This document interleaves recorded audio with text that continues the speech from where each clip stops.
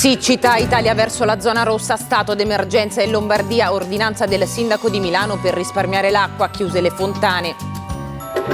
Sentenza contro l'aborto, negli Stati Uniti dilagano le proteste, Biden, difenderemo i diritti delle donne, sono in pericolo. Il presidente americano firma la prima legge che limita l'acquisto delle armi, è la più importante degli ultimi 30 anni. Putin, daremo alla Bielorussia i missili Iskander. Kiev annuncia Severodonetsk in mano ai russi, ma ad agosto ci sarà la svolta.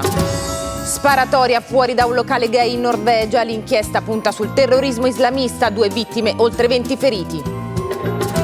Parla il padre di Umberto, morto con Greta sul lago di Garda, non odio l'uomo che ha ucciso mio figlio, il racconto del loro incontro. Pioggia di medaglie per gli azzurri del nuoto ai mondiali di Budapest, capolavoro di Paltrinieri, oro e record dei 1500 stile libero, oro anche per sincro e staffetta maschile, Pilato è d'argento, bronzo amaro per Ceccon.